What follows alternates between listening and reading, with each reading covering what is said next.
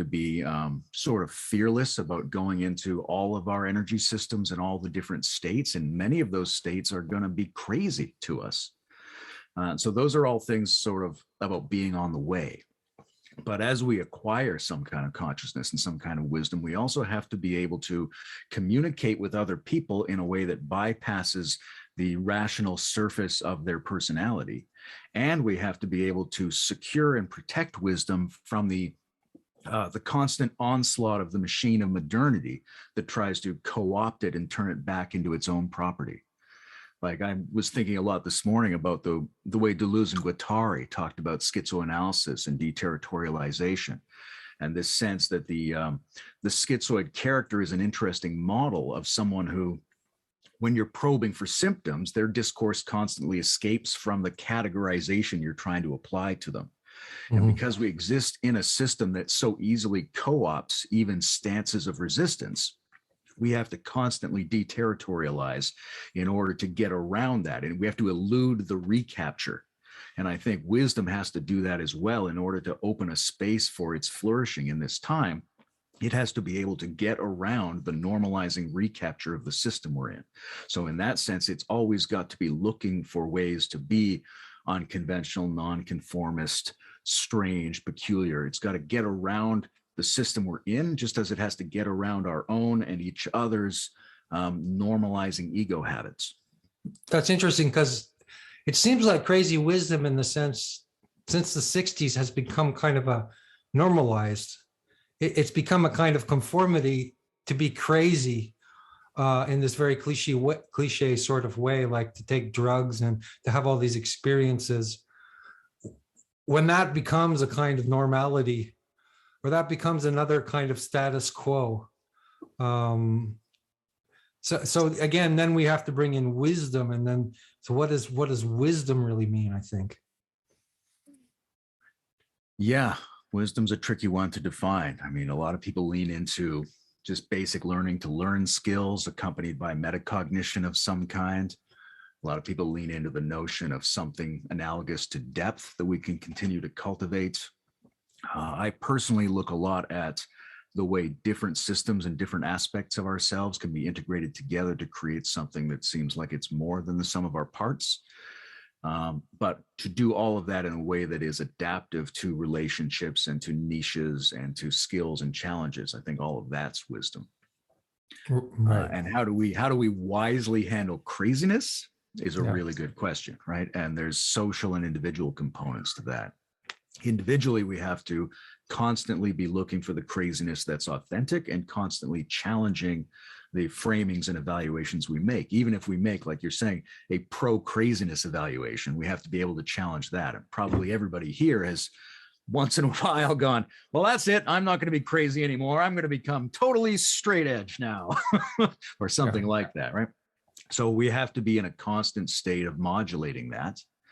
But interpersonally, there's some really important questions about how to be responsible with it, because obviously, if there's a possibility that people can be transrational and transcendentally available in ways that elude normal conformities and sense making, then there's also going to be people who look that way because they're highly developed in some aspects of themselves and really primitive in other aspects. And people who look like that because they're actually neurotic, broken human beings who are just being interpreted to be wonderful spiritual characters by the people around them. Yeah. So we have to be able to tease those apart, I think, is the first line of responsibility in terms of interpersonally handling craziness. Yeah, I was thinking of Osho while you were talking, because Osho, writes wonderful books. I mean, anybody who's read his books, or he has such a rich palette, and he's done so many things. And then, so you're never sure whether he's a bioterrorist, right, or an absolute spiritual genius. And so we have people like that in the, who are obviously having a big influence on the culture still, even after they've died. So do you have any thoughts about that? Well, yeah, I mean, there's always going to be ambiguity, and clearly, crazy wisdom is not the only area where there's going to be ambiguity, right? A person could seem not crazy and still be a highly ambiguous, potentially dangerous, right? We don't really know what the risks are in any kind of Mhm. relationship or spiritual setup. But there are some unique challenges around crazy wisdom. And part of it's how close do you want to get? The part of it is which part of a person are you appreciating? And can you appreciate that part without doing a blanket affirmation or denial of that Mhm. person's Mhm. value? Yeah. So you don't want to just assume Osho knows everything about everything. But even if he doesn't, that doesn't mean there's not still some extreme value in part of the transmission coming forth from that person. And crazy wisdom demands a lot of discernment and responsibility on the part of the student or seeker or peer that gets involved, right? It may not be safe, and it may be easily confused with other circumstances that don't really have any wisdom or transcendence in them. So we have to be cautious, and we have to be open about that caution and not think that it's just okay for assholes to override your tendencies and say it's for your own good. But at the same time, it's never going to be safe. There's Mhm. always a risk involved, especially if you want to touch deeper and stranger aspects of reality. If you want to go into trans rationality, you've got to challenge your sensibilities. You've got to be exposed to the intimacy that's a little bit madness in the deep spirit of the world. So, although we have to be responsible, we can't be so responsible that we're not aware of the fact that risk and craziness is part of having real encounters of value often. Yeah, good point. And also maybe that, the people who are very interesting are none of them are perfect on a human level. I don't know if perfection exists on a human level, in some kind of a way. Uh, so I mean, what I mean to say Yeah. is that it could be crazy wisdom masters, but it could be also be like somebody like me and my friend Thomas, we were talking about Nietzsche the other day, and Nietzsche had a lot of flaws, but he also broke into incredible new territory. So I feel the culture today is very sort of like moralistic and judgmental and puritanical about how to be. Yeah, I think that's a real risk at this moment, and it's interfering with our ability to adaptively figure out the proper form for spirituality in this new wilderness we're facing. I think we need to be a little bit more ragged, a little bit more primordial. I think there needs to be a new shamanism, a new indigeneity, a new kind of anarchic innocence in our experimentalism. Obviously, as wise and as safe as we can. Um, but we cannot let our expectations about safe behavior necessarily override the space in which we need to take the risks that will figure out the openings and the clearings for the spirituality of tomorrow. And purity as well seems to be an issue, right? I mean, in a way, if you look at tantric Buddhism, there's this division of sutra and tantra, and sutra is often about renunciation and ethics and becoming, and developing, all the good qualities, all the virtues, and that kind of thing, and then there's a sort of a limit to purity. I was thinking like there's a limit to that kind of purity, and then when you move into tantra, it's more and more about using the energies, using your neurotic energies, or rather than trying to completely trying to go beyond them, using those energies of ignorance and aggression and passion, ignorance and aggression. They call it the three poisons, um, which we all sort of have in us, and we can deny it and try to escape the wheel of samsara, the wheel of suffering, or we can use that as fuel. And I think the transformational aspect is key to crazy wisdom. Would you agree with that? Yeah, I would. I think a lot of it is, and Trungpa is a really good example of this in terms of starting spirituality where you are, right? Whether you're a Mm. Westerner in the 60s or whether you're a kid who was taken to be trained in a monastery in Tibet, whatever it is, you start with where you are. Then you embrace that including the craziness and the neurosis and the peculiarity of who you are and where you are. And you start to work up from there. You start to regenerate Dharma from the condition that you find yourself in. And hopefully that regeneration becomes a form of Dharma that is generally appropriate to the moment and the form of other people as well, because you've given it some grounded authenticity in a historical, geographic, and cultural niche that you lived through. I think the neurosis question is really interesting. I think of this old saying about the shamans, that they were people who were sick but cured themselves, right? And so there's a sense in which a person who can explore and confront and inhabit their own neuroses to a place that they can get some responsibility and liberation around that becomes a person who can have a lot of sensitivity and understanding about the neuroses of others. But the structures of those neuroses don't vanish in that liberation. They're now available, I think, as a kind of alphabet, a kind of communication, a peculiarity of expression, not just to reach the neuroses of others, but to bring the transcendental context into the world in the form of the peculiarity of the individual in a really non-dual move. Mm-hmm. Mm-hmm. Yeah, I mean, it's something like the guy who is helping people in the drug clinic is the person who's already been a drug addict himself. So you mentioned Trumpa, and he used to drink a lot, and he kind of said that drinking was the Western neurosis, and he felt that, you know, you could believe him, you could believe this or not, you could think he was just an ordinary alcoholic or a crazy wisdom master, but he believed that drinking alcohol was his way of sort of entering the sphere of the West to try to, you know, to get into, to feel the whatever the neurosis of the West happened to be, which sounds like an odd claim, but he was a remarkable alcoholic. Yeah. He had that high voice after he'd had that accident when he was younger. And there one interview or recording I saw of him where he said to his students, "If I didn't drink and smoke, you wouldn't even be able to see me." Yeah. That's right. So there's something about, I mean, there's some playful bullshit involved in that as well, because it is just a guy and lots of us drink. Yeah. On the other hand, there is a way of grounding yourself in the nature of a moment and a history and a culture. Christopher Hitchens used to say he needed junk energy to write. He needed to smoke and eat and drink in order to feel like he was dragging along the texture of the historical moment. That's great. Yeah. Yeah, well, I often that kind of explains why artists kind of often go that direction. Sadly, you know, sadly or not, but it would seem that there has to be, I don't know, like there's something about there's some a yogic expression called tapas where you have to burn away something. So you create a resistance, or you add a poison to something so that you can burn it away, and this creates a kind of a strength or a kind of a clarity.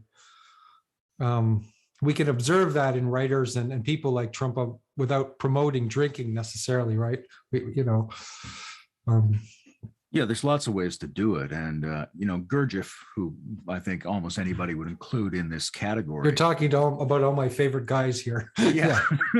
I mean, Gurdjieff had a really elaborate notion of friction and the interplay of positive and negative forces to create a reconciling additional harmony. Right. So from his point of view, if you didn't have neurotic conditions and toxins to perform tapas on, you would have to generate them on purpose, because there's a whole procedure of engagement whereby wisdom enters the world that you can't get without a struggle and a friction. So if you were just born a completely pure avatar, then you'd have to make up some of these things, because without that struggle, there is no leading edge of wisdom in the world. Yeah, exactly. Yeah. And I mean, he took that to extreme. So I think he's an archetypal crazy wisdom master. I mean, he got into car accidents. If you read his biography, he almost seemed like he got into car accidents intentionally so that he could understand how his mind works when he would try to keep the clarity of his mind while he was in the process of dying, and really wild stories like that. I mean, he either got into car accidents on purpose, or he's the kind of guy who would strongly hint that he would get into car accidents on purpose. Right. He's both are peculiar. He's either just pulling your leg completely, or a great, wonderful sort of trickster or storyteller, or there is something going on there that you don't understand. I think maybe that's the problem with how we judge these kind of people, is that we think we understand what the human condition is and how it works, and and we don't really understand everything. Like, in fact, we don't understand most things. So how do we, evaluate these kind of people? It's tricky.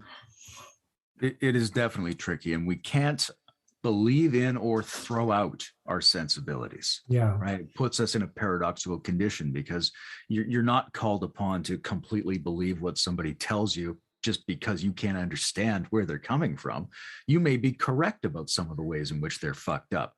On the other hand, you might not be. So both of those things have to be on the table. And the richness that comes from weaving those together, I think, can be really a strong catalyst for individual growth and transformation. Mm-hmm. Yeah. And I know that a lot of sort of Indian gurus and people in the East encourage a kind of absolute devotion.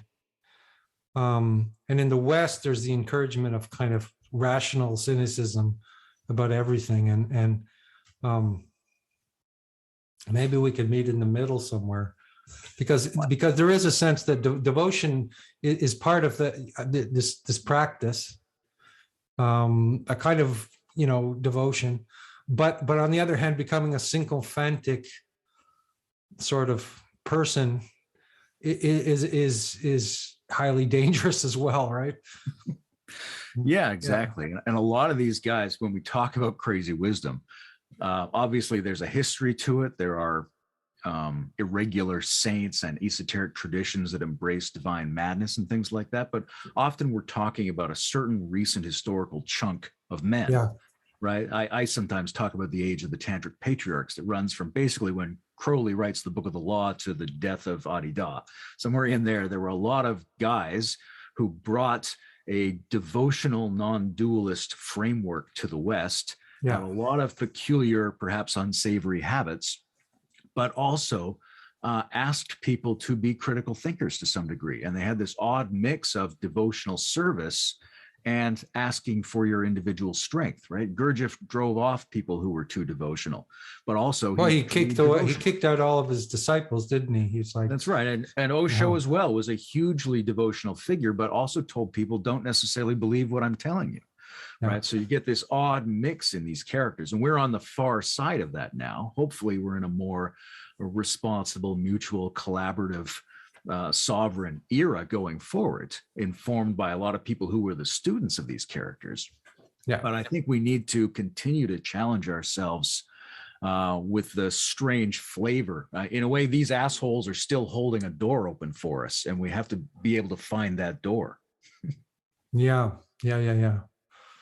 Yeah, and some of them, like you mentioned, Adida, another one who, when you first encounter his books, they're kind of mind blowing, and then you see how he is seen in the culture, and then you read his later books where he has like everything in capital letters and 50 different devotional names for himself, and he's off in Fiji,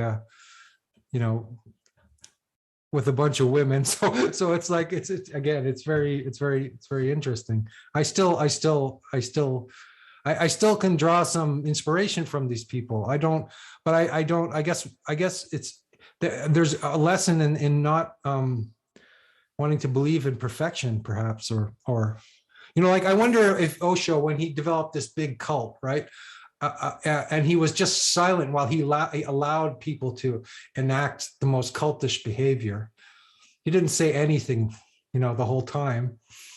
And I wonder if that was a lesson in like, and then his whole religion, his whole pseudo religion kind of fell apart.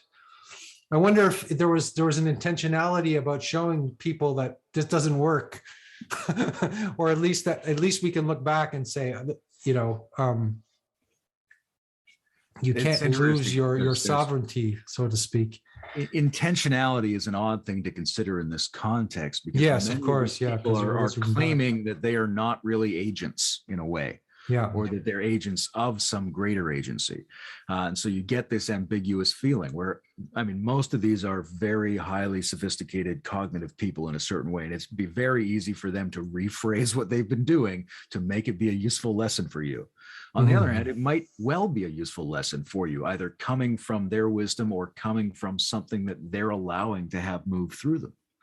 Yeah. So we can definitely keep that in play. And I think what you see in them, and one of the things that's interesting about the patriarch figure, because it's so often older males who take this role on, there's something about masculine wisdom where it says to itself, I just don't have to give a fuck about any of that. Right. And that's natural to a lot of historical masculinity. It's easy to think of the chieftain going, you guys handle that shit. I'm not going to worry about it. But at the same time, that's just a structure, right? That's a structure in an individual, or a structure in a gender, or a structure in a moment in history. And the premise of evolutionary non-dualism is that any structure can potentially become a stained glass window that lets the light in. So when we're judging this, we have to be careful, because if you identify a pattern and go, that's a fucked up pattern, it's not necessarily the case that a fucked up pattern cannot transmit the light. Right. And that is sort of, there is an aspect of Tantra is that it uses the fucked up pattern, it uses the poison as a mode of transformation. So, but again, you're on a razor's edge. Yeah. All the time when you're thinking or when you're talking about this stuff. You mentioned women. I wonder if there could be crazy women, crazy wisdom masters who are women. There probably have been many, but they probably have never been, in the front, in the front of the culture. They've probably never been Yeah, when we think of it, when we think of the crazy wisdom masters, we assign it to a small number of people who represent a greater phenomenon, right? Sure. And that greater phenomenon can be a lot of women, can be a lot of people. We were talking before about Lee Lozowick and people like that who are really accomplished, effective, crazy wisdom teachers, but they don't stand out. They're not in that first tier of like famous crazy wisdom masters. Yeah. So there may be any number of people we haven't heard about who are doing really good or better work than some of these more famous ones. Yeah, probably, for sure. I mean, I think I know a couple of them, but yeah, the point is, I think that I think crazy wisdom somehow is often the only way to cut through the reification of patterns in our own psyches and in our own culture. That it's actually an essential thing, like an essential part of the spiritual path, like in probably every spiritual path that's ever existed that's had any authenticity. There has to have been these just Rasputin-like characters or crazy characters who were just absolutely beyond any conventional in any way that we could put them in any kind of definition or explain what they're up to. There's a really sort of simple historical human story about spirituality where we're all sort of in the ordinary condition. We're in the ordinary condition of delusion and sin, and we could all get on the one highway and move forward to purification and transcendence. And what we know now in like the psychological age is that's not really the case. It's much stranger and more peculiar, and there's all these things that need to be taken into account. What were you just saying? I got lost in my highway metaphor and forgot which part of you I was responding to. Gee, I got lost in when you talking there for a second. We both got lost in each other's narratives. Which one of us is Andrew Sweeny? Yeah, there's a lot of Andrew Sweeneys in the room for some reason. This is a bizarre thing of Zoom. Is it? It named people Andrew Sweeny. So I wonder if everyone could name themselves by their actual name. Anyway, go ahead. We can continue. What you were saying touched in on the Deleuze and Guattari thing that I mentioned earlier, right? Which is we underestimate the degree to which we're captured by the normative or normal patterns in which we're embedded, right? Both socially and egoically, right? And it's very easy to think that you can be on the correct side and not on the side with the ignorant, reactive fools. Yeah. But in many respects, it's the presentation of those two options, which is the thing that you're trapped in. If you're on either of the sides, you're in It's very trust. well spoken. Yeah. So we underestimate the degree to which the trap is more complex and dialectical than we think, and we underestimate the degree to which systems can, including these systems, recapture even our spiritual insights, even our transcendental states can get sucked back into part of the normal structure. So in order to do something that inhibits that process, we've got to constantly be bobbing and weaving and exploring things that will feel odd even to ourselves. Yeah. Yeah. And that ordinary structure is the structure of dualism. In general, right? The structure of separation, of dualism, of yeah. There's something also about the is a bit of an Ian McGilchrist problem here too, which is a lot of our spirituality comes to us through the focused, sensible left brain argument. Whereas we seem to have a deficit in these so-called right brain skills, which move in a more nonlinear, atmospheric, ecological process full of imitation and play and protean shape-shifting and things like that. Absolutely. So if we're going to have a healthy, balanced form of Dharma going forward, it's going to have a really robust presence for both of those. And we can't just get on the sensible highway of spirituality and read texts that make sense, and then the individual egoic agent acts out the sensible text by following the law. There's always room for that, but we're also in a shifting, fluid jungle mode where we have to be able to invoke nonlinear background experiences, odd affect, things like that. We need to have all those right brain skills with us. Yeah. That's one of the reasons the crazy wisdom masters show so much play and imitation and shape shifting and phenomena like that, peculiarity, surrealism. They're moving in and out of states in a much more fluid fashion that I think we absolutely need at the current moment of history. And partly for the McLuhan reason, right? The McLuhan argument is that digital electronic media is going to undo a lot of the linear focused detachment that came with the mind's adaptation to print literacy. And instead, we're going to be in an atmospheric echo chamber of resonances and peculiar half meanings, right? A world where it makes complete sense to elect Donald Trump because we're looking for people who think in terms of irrational word clouds.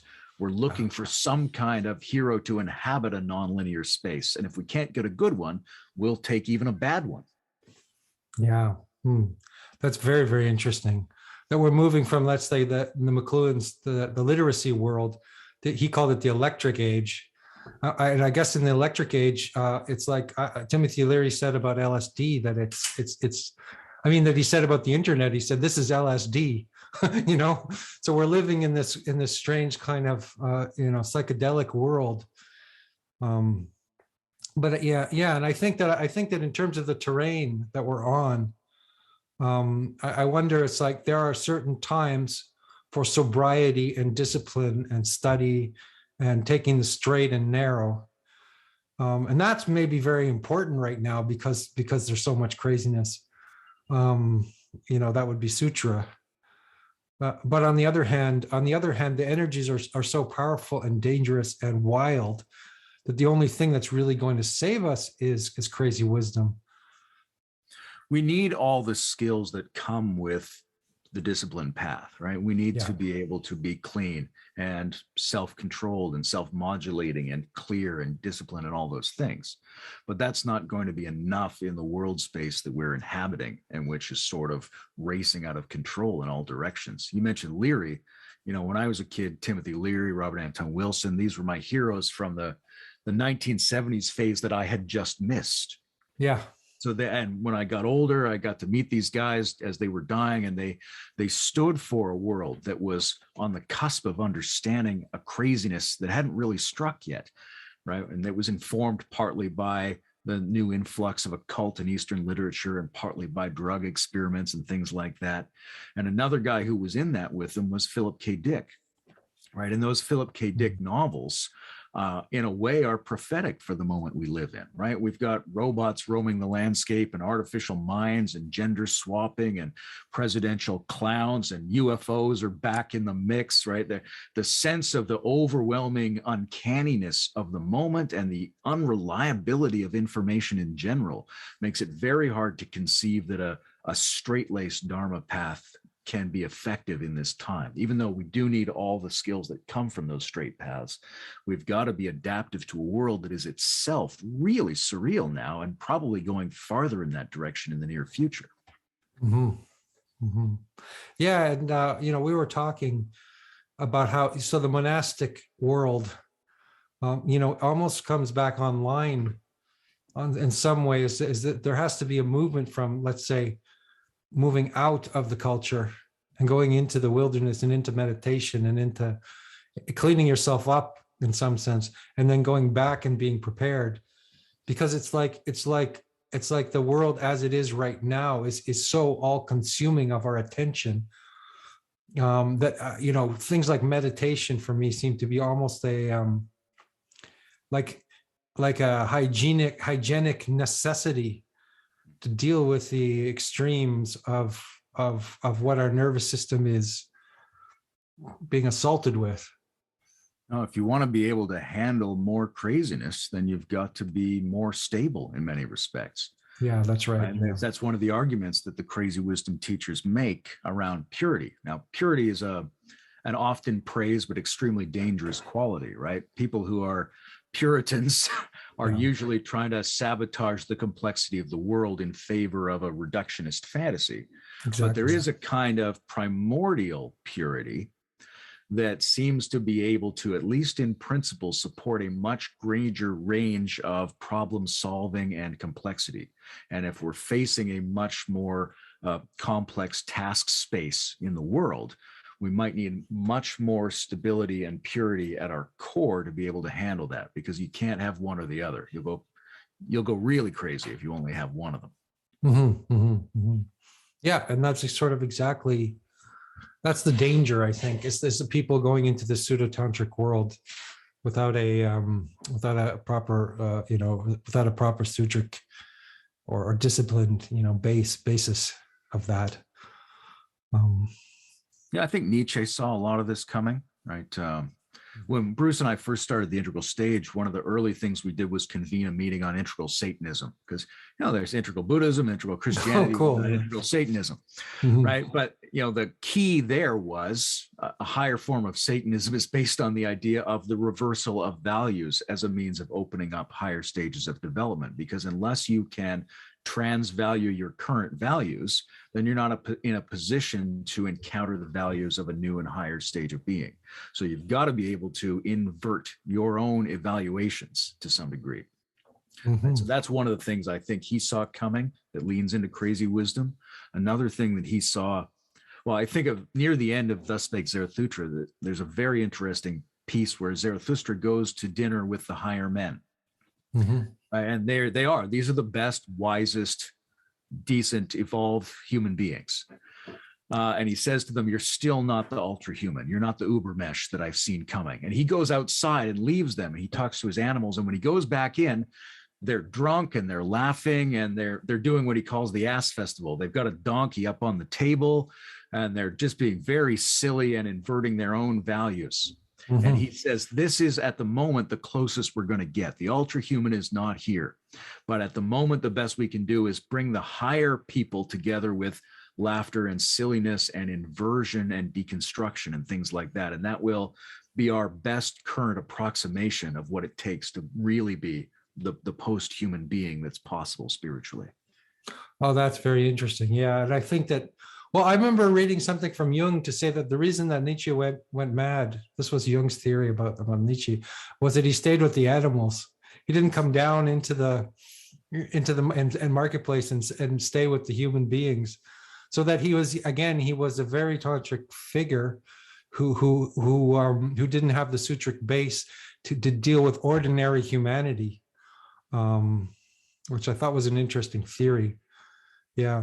The other thing, a very spiritual character in a lot of ways, but he didn't obviously have the support conditions that he needed to take it to the next level.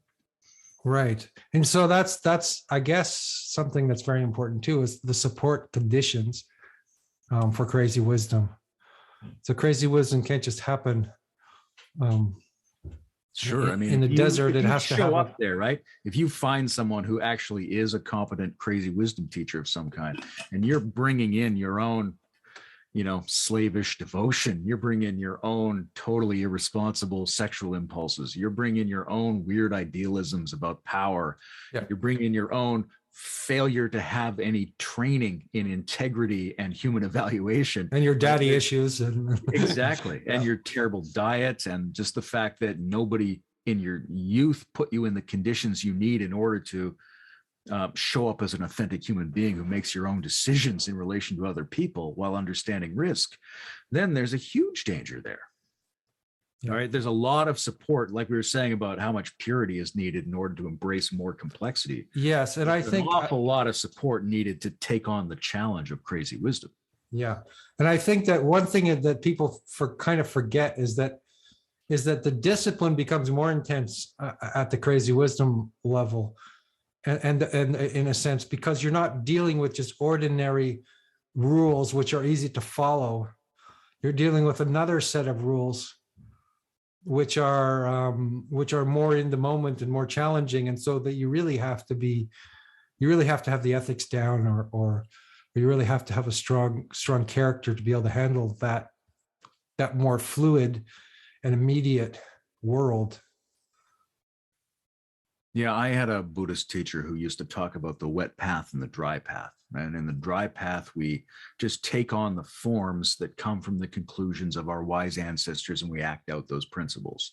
In the wet path, in my understanding of it, the Dharma has to be reinitiated in a new world moment, which means people have to experiment with it. And in those experiments, they're going to make mistakes, and they're also going to lack a lot of the blessing force of the transmission of people who made those discoveries in other times and places. So you're taking a risk, but that's an important risk for the overall living mycelium that is the Dharma, because it has to figure out how to be in a new space. Yeah. I think that's absolutely great what you just said. I think that's absolutely what's most important, because on one hand, the tradition has to be preserved. We have to preserve the tradition. I'm not the kind of person, I think in a way, I think of myself as a traditionalist more than, let's say, a game B person, because I don't think you can start something from nothing. I think you have to have the tradition. But on the other hand, yes, you have to. And the thing I've noticed about the crazy wisdom teachers is they do take a very traditional path. And then because they have that very strong traditional basis, this allows them to do their theatrics and their mythopoetics and their and their inversions and subversions and all of that. Yeah, there's a lot of basic cleanliness and support and discipline and ancestral support, let's say, whether that comes from a lineage, whether it comes from our actual, the influence of the ancestors or the influence of evolution or some more pagan kind of conception. In some way or another, we have to be able to benefit from this long line of processes and energies and information that's trying to give us an advantage. Because if we're not receiving that, then we're going to be at a real disadvantage in trying to deal with the present moment. Whether we're trying to go on a dry path or a wet path, we're going to be seriously crippled if we're not standing downstream of some kind of nourishing water, one way or the other. And so then part of getting that support condition, I mean, this is the shamanic element of it, one of them, right? I think a lot of crazy wisdom is a recollection, a return to the archaic. And one of the key points of the shamanic is that you have to heal your connection with the ancestors to some degree. You have to look for the spots in the incoming flow that are obstructed. Maybe you have to heal, the shit that your great grandfather went through or something like that. Anything that's inhibiting the ability of the past in a Dharma lineage or just a human lineage or a biological lineage has to be unblocked so that we can be as empowered as we can in order to be competent adapters to the weirdness of the moment. Yeah. And those are built right into into the traditional practices. I mean, you have your father on the right and your mother on the left, and then you have all your ancestors behind you. And when you're bowing down to the future, let's say, you're bringing them with you. And while you're doing that, you're healing what's behind you, and you're also healing what's in front of you. It's not just a forward movement. It's like it goes both ways. Yeah, and I mean, we might inherit over the last several thousand years a kind of distorted view of spirituality, because a lot of what we inherit comes out of a sort of small handful of desert monotheisms. Mhm, And mhm. in the Yeah, yeah. desert, you can see things very clearly. Look, there's a camel. There's nothing else around, and there's that camel, right? You have this certain sense of a cleanliness and a simplicity in the approach. But if you are in the jungle, right, if everything is complex in every direction, if you're totally immersed, if all of the creatures are strange and alien and surrealistic and unexpected and disguising themselves, and they've got fake body parts on their body parts, they're camouflaged, they're adaptive, they're springing out of here, you're not sure what you can eat and what you can't. If that's the normal condition, then what we call crazy wisdom is the normal kind of wisdom. Mhm, It's mhm, appropriate mhm. to an embedded wilderness. To the And to then the maybe, jungle that we're in right yeah, now, right? exactly. And we Yeah. we inherit a lot of discourse that comes from possibly some oversimplified environments that, it may be that if you went back in time and talked to shamans in the forest around the world, they wouldn't know what you meant by crazy wisdom, because the characteristics we're describing are the normal characteristics of spiritual adaptation under those conditions. Right. And crazy wisdom just becomes another fashion or something. It could become, it could be reified into a kind of fashion or way of behavior, like just behaving in a certain wild kind of manner. Whereas, I wonder, like, I wonder if crazy wisdom could be completely disguised in the most ordinary, um, outward type of person. Yeah, complete disguise, maybe in certain moments, but you got to figure complicated character is going to let something leak eventually. Yeah. Yeah. But I Sure. think you can definitely Well, I separate remember. the Sorry to overt interrupt. Go ahead. form of crazy wisdom from the deep form of crazy wisdom, right? Yes. Yes. Not everybody's going to be walking around howling. A lot of people look very normal at first. It takes a while to realize that your normal looking neighbor is actually a serial killer, right? He Yeah. dresses the same as everyone else in the town, but he's crazy. Yeah. Yeah. Yeah. I mean, I was just thinking when I met this Indian elder in Canada and I went to his house, and he looked like the most suburban person ever.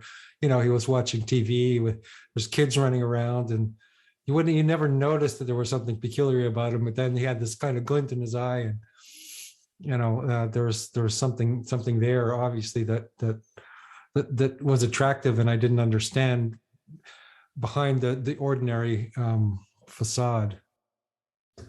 That glint is interesting, right? There's a sense in which the world or the divine can instill transmission and dharma by winking at you through any particular form, right? And that it's almost like that form floats around you. Yes, you can meet somebody who has a lot of it, or provides a lot of access for it, Yeah. but it might be a random person on the street, or it might be a bird that stops and looks at you oddly for a moment, and you see this little peculiar flash. You see the Vajra brilliance for a second, Yeah. right? Yeah. But so Exactly. that's a general phenomenon of our human experience of the cosmos. Well, the And cosmos then is there are some crazy. people then there's some people who gain expertise in being that more regularly and more fully. But I think there's always an incongruity, right? Uspensky said of Gurdjieff when he first met him that he seemed like a man who was poorly disguised, right? So that there's a normal thing there on top of every kind of craziness, right? You could say, well,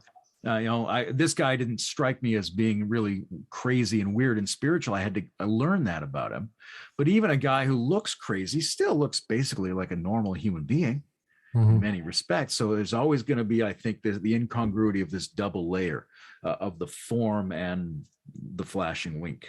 Yeah. Yeah. And the incongruity, there's something about that is designed to cut through your reified version of reality and the world, I've experienced that in meeting certain teachers, and this teacher who would look like maybe a Hell's Angel or Donald Trump supporter, or with crazy hair, drinking beer with, suddenly, behaves weird and does all this, and then suddenly something happens and you're in another world, and it's a big surprise. Um, and then people come expecting some sort of icon of purity, that would be spiritual. And sometimes it does come as an icon of purity. Like sometimes there's a very pure people, and sometimes it comes as a guy who looks like a redneck American, so.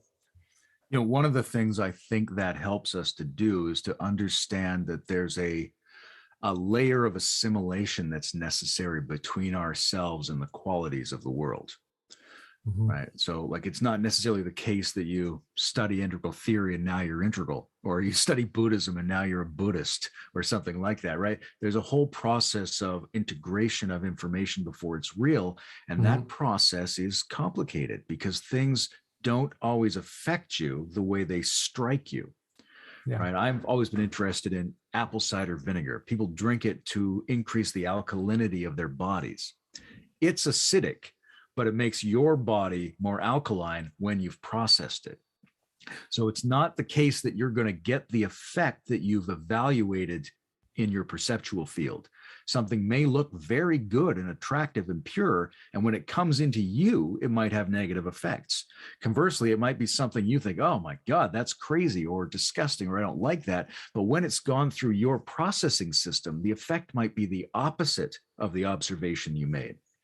So it's really important. Sometimes it's the same as the observation, but it's important to problematize that and understand that there's an in-between layer that changes the qualities of what's coming in. So the effect isn't necessarily the effect you saw at first. Yeah, that's good. Yeah.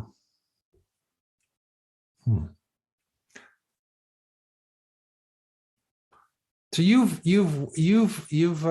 assimilated. You were talking about integral. I mean, you weren't talking about integral. You were talking about how you were talking about let's say the study of Dharma, and how it, that you could study it. And then you're also talking about like the ontological shifts, the shifts in being that are necessary, and the stages. I thought that was a very important point, that I think we live in a time where we could become very, very sophist. We could become very sophist about our spirituality, and I see that a lot. Whereas some sort of peasant guy might have very deep spirituality and have absolutely none of the sophistry that we have, and then we have a hard time to distinguish between, let's say, our intellectual understanding and changes in our ontological state, our being, or on the spiritual path. Humans are always vulnerable to mistaking superficialities for truths, right? And to some degree, that was amplified by writing, because what a huge onslaught of symbols that we weren't ready for. But now it's 1,000 times worse with the digital media, because we're exposed to so many words and images that are what we evolved to do is not to handle this amount of incoming information. And so it's so easy to get deluded by that and to treat those things, to over reify them. Right. We do that with everything now. Well, that's mimetic. That's the mimetic thing too, isn't it? Yeah. Just this mimetic process of imitation that is intensified when the boundaries and borders, like this is Girard, right? The tribal boundaries and borders are collapsed. So we're all in this close proximity, like we're all in Marshall McLuhan's global village. And then there's this state of intense sort of, rivalry and mimetic copying all the time. So it's like a hall of mirrors. And then, so what's real in that world? And I think part of what that requires is a more responsible intelligence about how to deploy mimesis, right?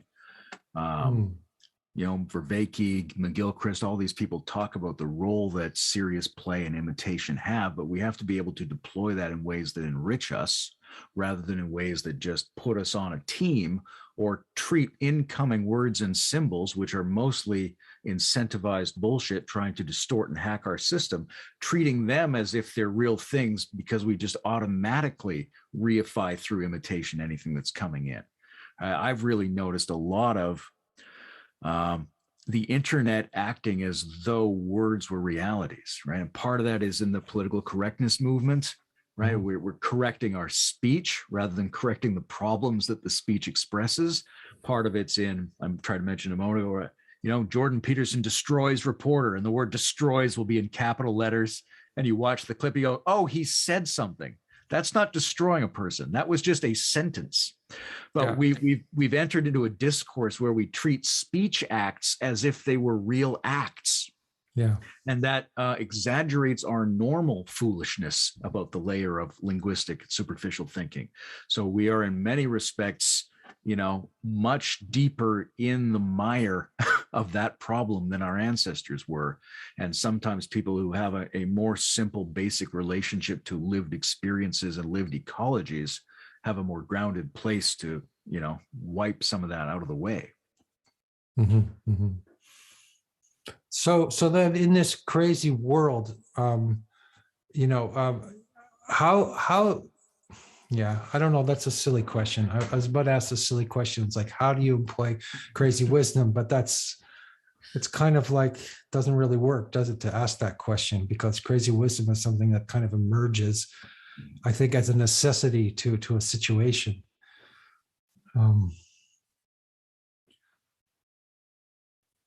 Yeah, you can't enforce it top down, but you can provide a variety of supportive and challenging conditions that make it more likely to emerge or more likely to be responsible when it does emerge. And we should be thinking about things like that.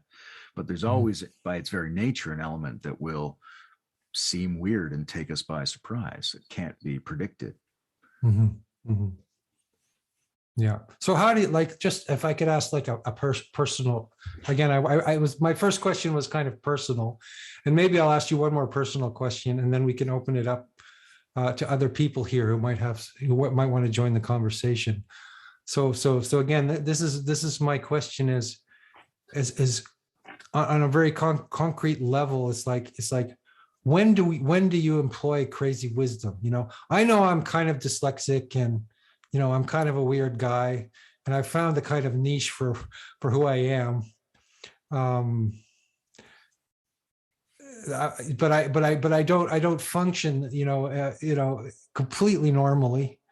And I'm sure many people feel that way. So how do we employ this crazy wisdom stuff? Well, Or how do you employ it, I should say. Response. I've like a lot of people, I've probably smoothed out and begun to appear more reasonable as I've gotten older, which means that my tendencies to be strange are either more intentional or more sly at various times. But here's what's happened for me. As an overriding drive, it doesn't stand out like it once did, but as a necessity of particular kinds of energetic circumstances, it seems more pertinent than ever, but something that spontaneously arises in them. So in a particular relationship, anybody understands, right, that a conversation that might not trigger them with a stranger might trigger them with their intimate partner. There's something in the particularities of that exchange that calls forth a strong energy. Right. And if you've been putting your strong energies at play with various other parts of yourself, then your response might have a lot of other elements to it.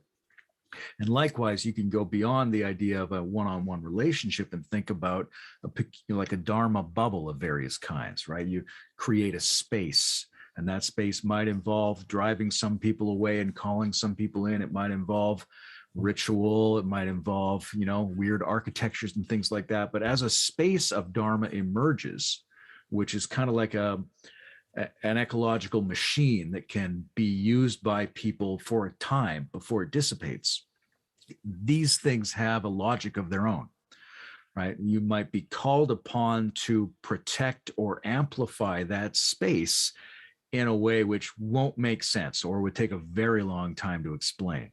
So you start to act on a complex set of prompts within a particular space to create a particular resonance.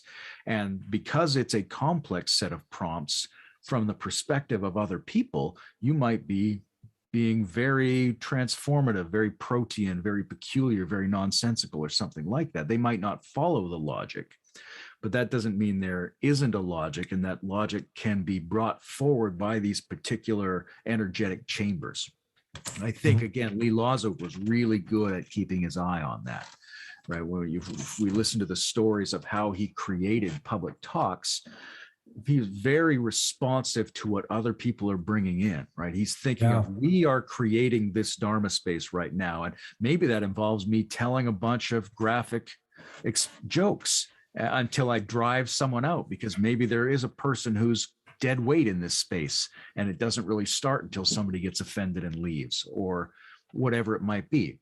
There's all kinds of ways to be responsive to it. But if we have the capacity and if we have an understanding that that space is going to require a very peculiar set of cleansing and amplifying procedures, then we can make ourselves available to that. But we don't have to then worry about trying to manifest crazy wisdom in all circumstances, right?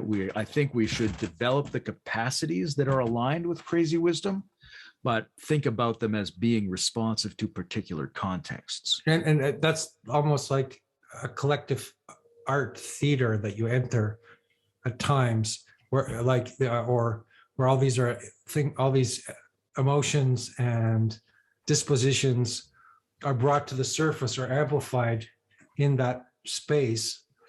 And then you go back into your world, and you have to function normally and do your normal things. But if you find a space like that, it can be very intense and beautiful and transformative. Yeah, and again, that ties together so many of these things, because the improvisational character of the prehistoric shaman in ritual generation and improv performance today, and a bunch of people hanging out with Trungpa in the 70s, and Nietzsche's vision of the early Dionysian festivals. Yep. They all have this spontaneous, collaborative, co-creative element that can't be predicted in advance, and you have to learn to cooperate with it. And that cooperation might look crazy sometimes. Great. So let's open it up to the audience. I think you've really beautifully expressed the crazy wisdom theater, and in an intelligent way. So I appreciate that. That's great. Maybe it's hard for me to listen to layman and follow the chat, so I haven't been able to follow the chat. So if somebody wants to ask a question or just jump in or make some comment, just go for it. Unmute yourself, and I'll spotlight you, and you can join the conversation. Is there anybody feel like jumping in with a question? Yeah. If no one else is willing, I can jump in. Who's that? I can't see you. Okay, Trevor. It's okay, Trevor. Trevor, I'm going to spotlight you so you're here in our conversation. Yeah. Well, thank you, Layman, for speaking, and also Andrew. I found it very interesting. I popped a few comments during the discussion. So some of the earlier ones, I forgot the exact context of what I was even referring to. But one of them, I think, Layman, you were talking about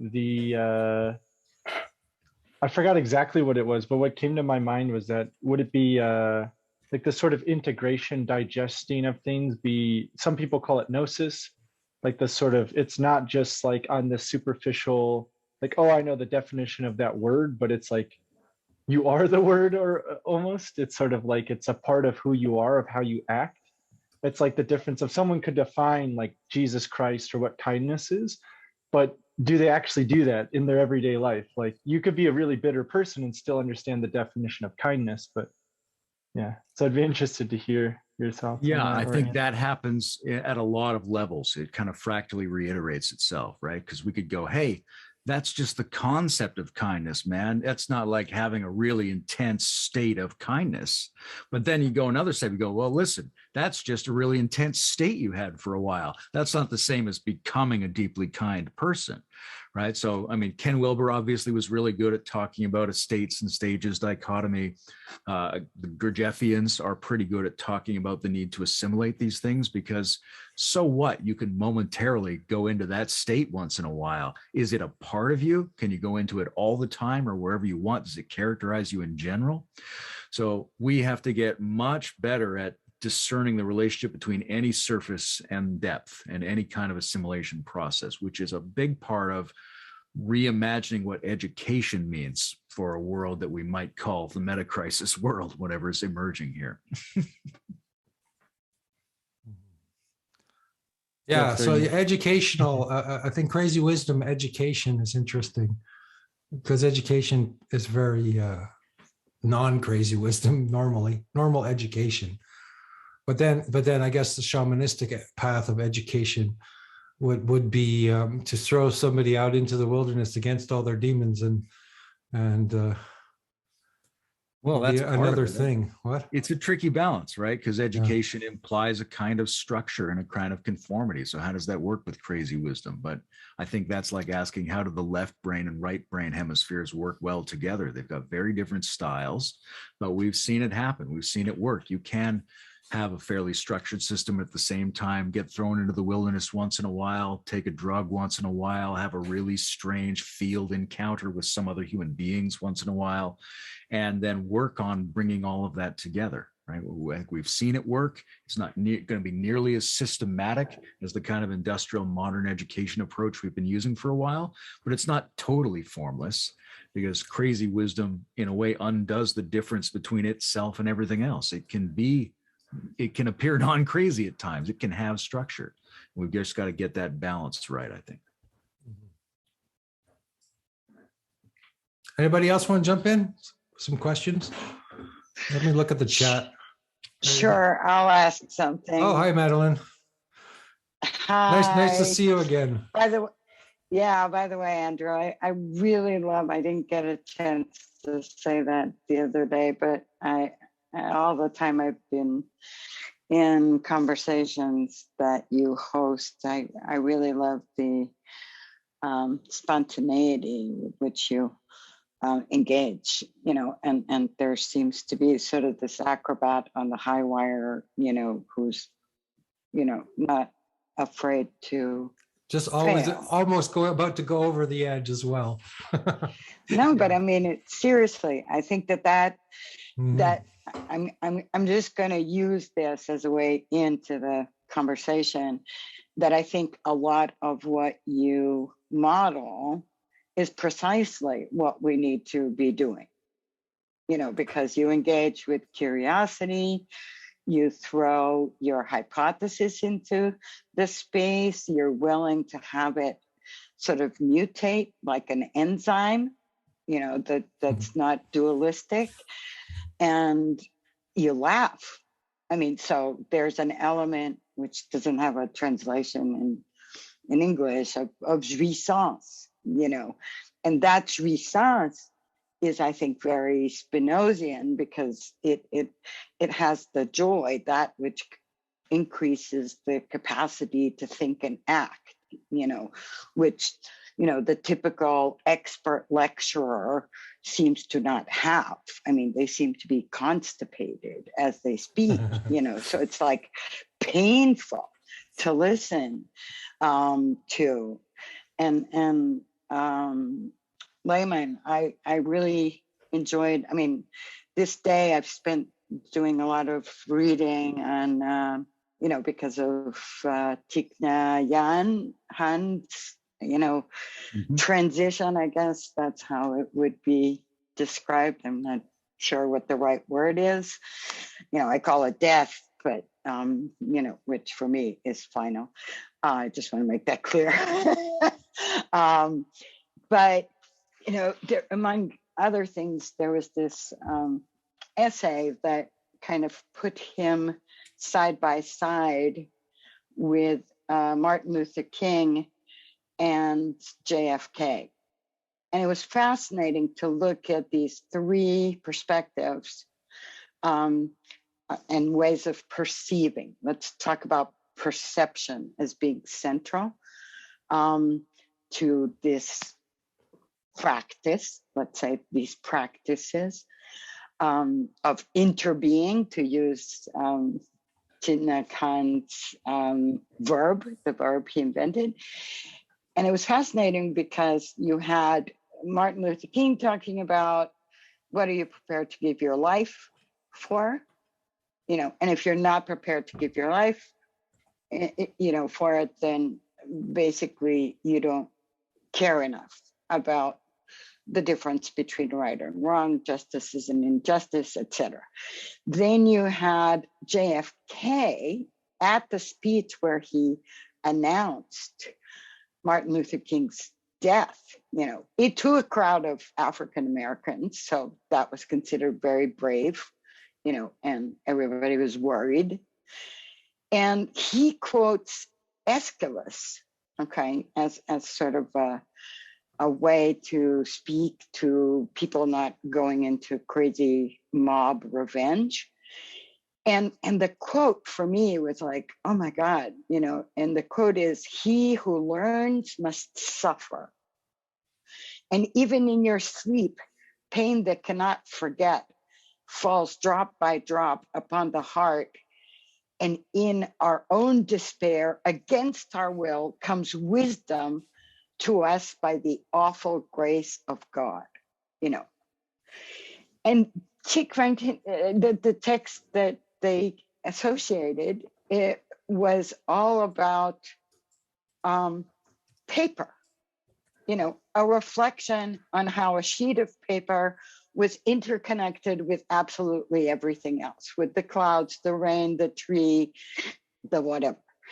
And I just thought that was such a perfect example. I'd love your thoughts on this, of how the Western monocultural framework, which I believe is the madness. I mean, along with like Ronald Lang and people like that. So to be sane in that is the madness.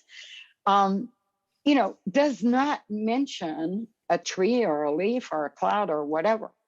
And the multiplicity that we are, starting with 30 billion cells, I mean, talk about giving another meaning to zeroing in, you know,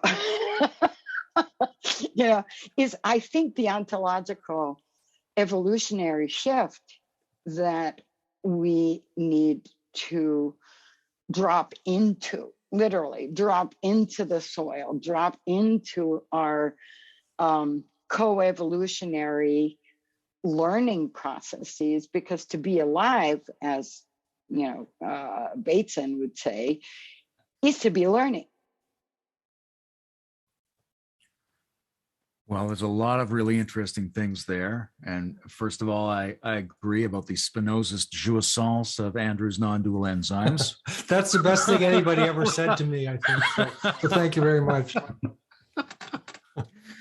There's something really interesting in terms of the interbeing of giving that piece of paper as an example, right? And I think there's one way to think about transcendence or even metacognition as sort of a neutral, impersonal background context.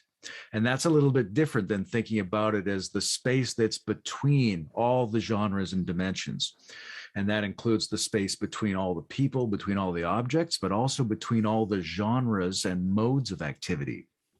And I think that's one of the things we see in the very contradictory and very intriguing figure of the crazy wisdom teacher is humor and sorrow and joy and seriousness and rationality and nonsense and poetry and science and tradition and novelty are all really close together because they're trying to take a stand in the space between all these disciplines and discourses and genres of being. And that kind of interbeing between not just all the entities, but between all the modes of being in the world gives them a tremendous, unpredictable freshness and adaptiveness in their response to things. And I think this is where, you know, because I was with Alexander on the attentionalist intentional. I like attentionalizing because I think it's, it's always ongoing and always shifting.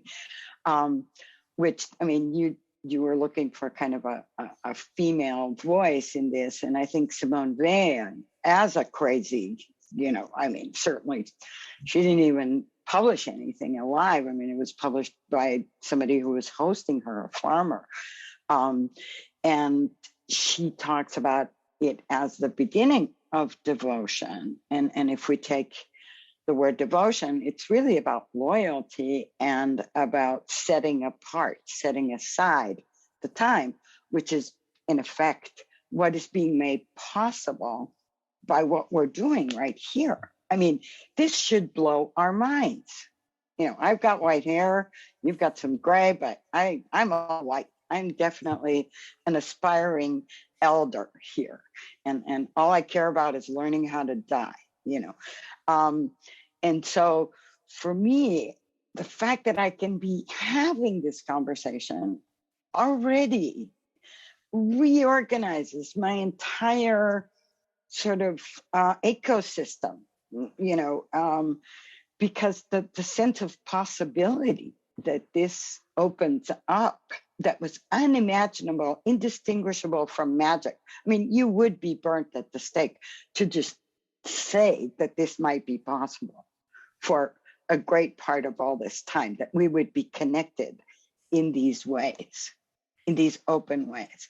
So I refuse, to not go amor fati on this, because I also adore Nietzsche. I mean, I think, he tried, and joy. I mean, he really had that in there, but I think he had no support.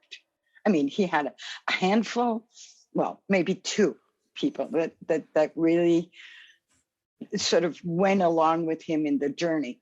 But the model, the lone hero journey, this transaction of suffering for salvation, which drove him crazy. I think that's what drove him crazy. Why does it have to be this way? And I disagree that it's about the animals and not coming back to the humans at all. It was the fact that the humans denied the animals. I mean, recently, my best cognitive companions have become interspecies, like cuttlefish. I think cuttlefish are ideal for this moment. I mean, you think with your skin, your largest organ sensor, and you shift at every moment.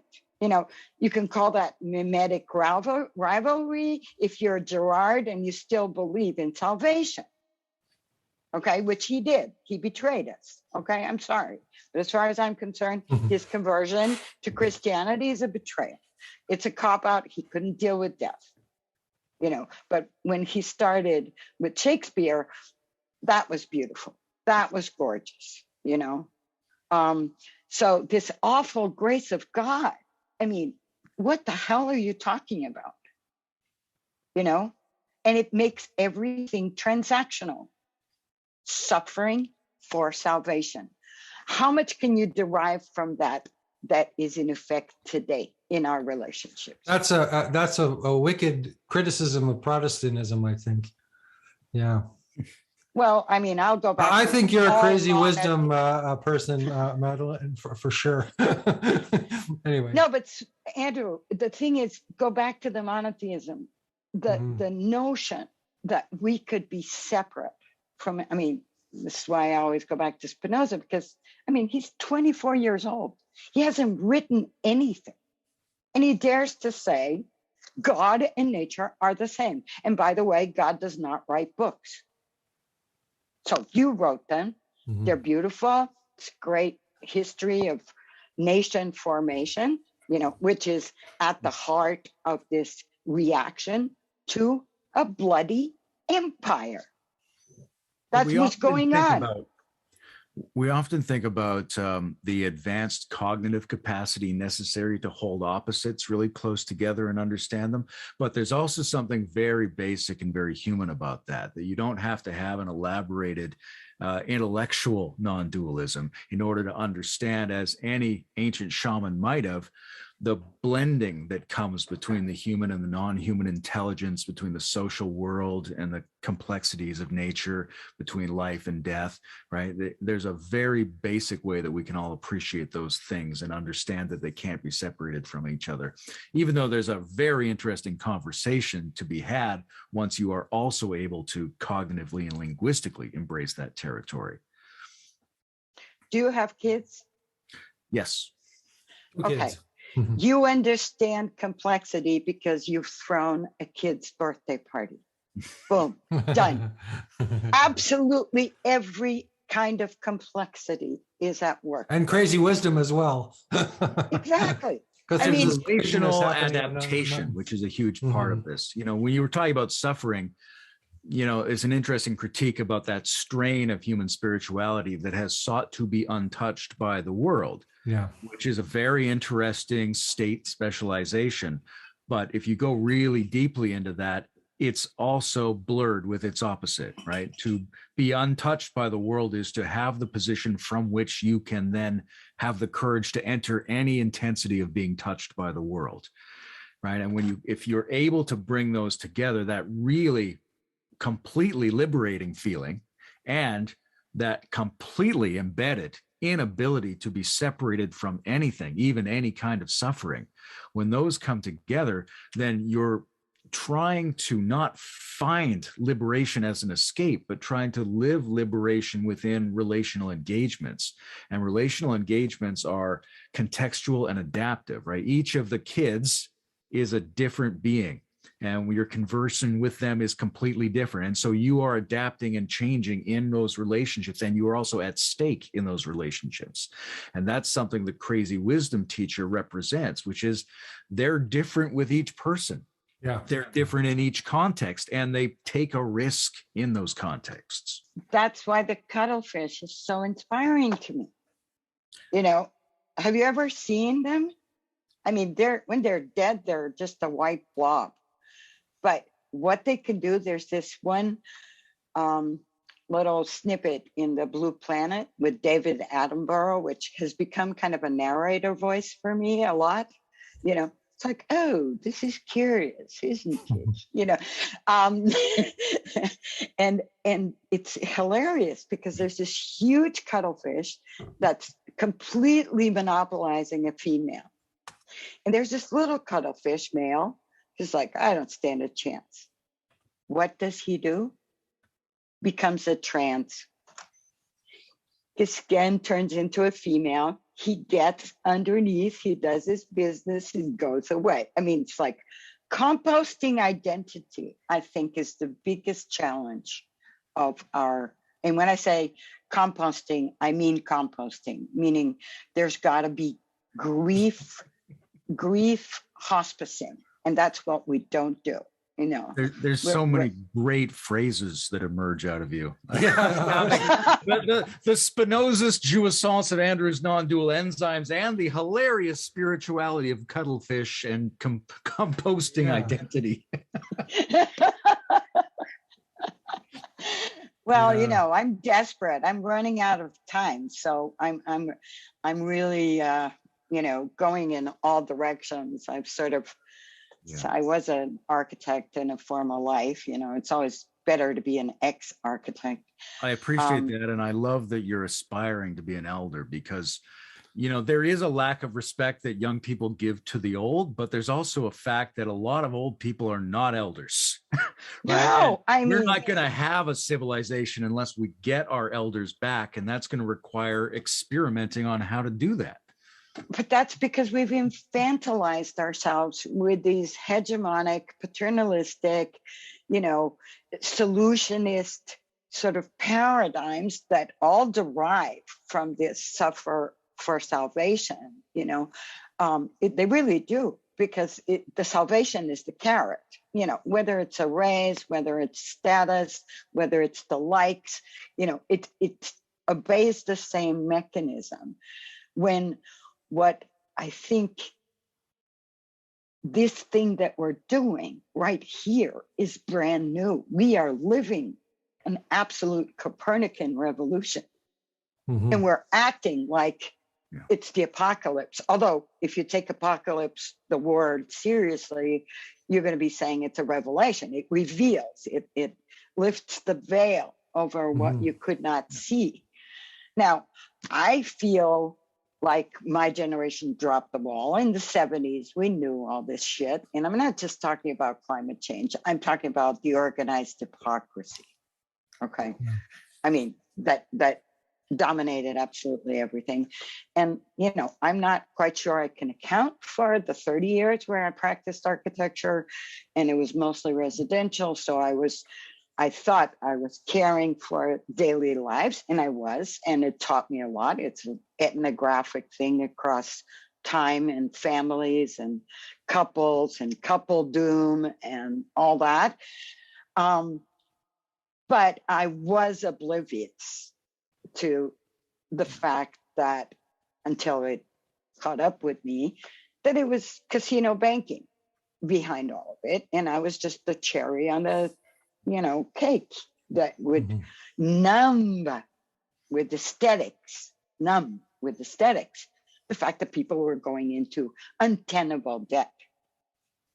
You know, I when we- love these themes, but I think we should check in with Andrew or anybody else. Yeah, well, Absolutely. there's Or two, else there's you- two, there's, or Magdalena and I can just there's a continue to talk. kaleidoscope That's of there's a kaleidoscope of possible directions in which to go from what you're talking about. But I kind of want to keep it at 9:30 and maybe make some, just ask Layman to make some concluding remarks. And also thank him and say that, you know, this has been very, rich and an interesting discussion. I think a kind of discussion that people are a little bit afraid to have, maybe, to talk about these things. So I like being on the edge a bit as well. And thank you very much, Madeline, for jumping in here and joining our conversation. So Layman, do you have any final, let's say, capping remarks? Well, pleasure to be here, and pleasure to hang out with you, Andrew, and everyone else here. These are great topics, and I think it's this is the moment to be reconsidering crazy wisdom, right? There was a flush of interest in it in the 70s. Yeah. Then there's been a kind of cooling and retraction, and be like, maybe there was never any crazy wisdom, or these guys were just lunatics or whatever. But I think now we've gone through both of those, and we can start to reconsider it more intelligently and responsibly, and see what it has to teach us and offer us for the kind of world that we're going to have to be spiritual in, that's emerging, that is not just uncertain and strange, but is disruptive to many of the basic things about humanity and life, right? We got machine minds now. We've got sex without babies, and you can make babies without sex, and you can change your gender, and we're going to other planets. These are really novel conditions that we're in, and we don't know what kind of spiritual adaptation is going to work here. We've got to find some way to try it out. And these complex, contradictory, really fluid examples of spiritual figures can give us a lot of insight into that. One other thing that I've been thinking about today that I didn't mention is about Aleister Crowley, who, you know, had a lot of problems. You wouldn't necessarily want to be that guy's student, but he's also a brilliant, interesting, historical, spiritual figure. And my favorite book by him is The Book of Lies. And my favorite section of that book is called The Luby.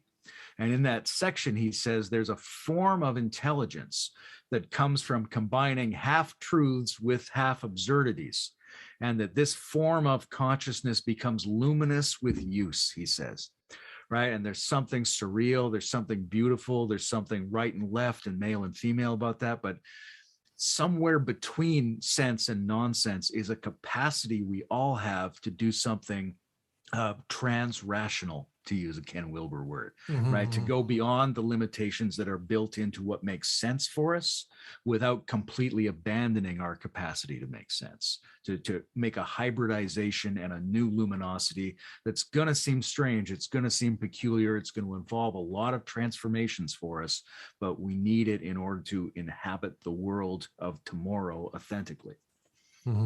Yeah. Okay. Well said. Beautiful. Thank you. All that is great.